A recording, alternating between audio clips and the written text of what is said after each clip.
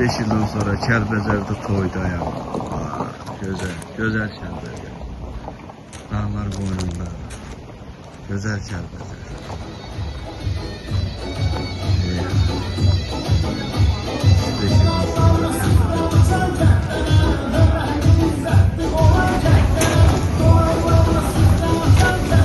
Eşek.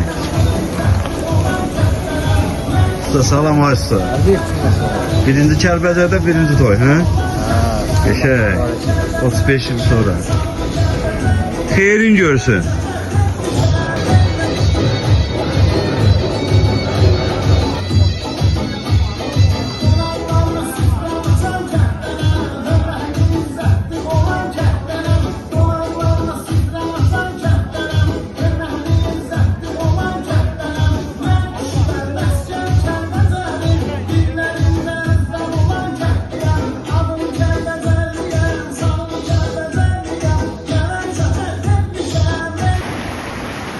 Niyaməddin Qaqa, vətənsevər TV üçündür bunlar, Kəlbəcər dağları, bax.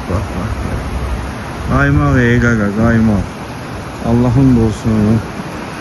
Mənzərəyə bax Mən də düşüb gəldim göl çəkirmə.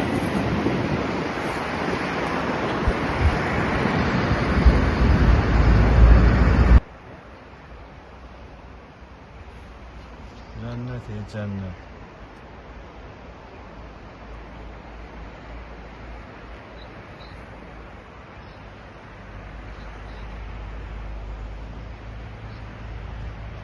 Var burada.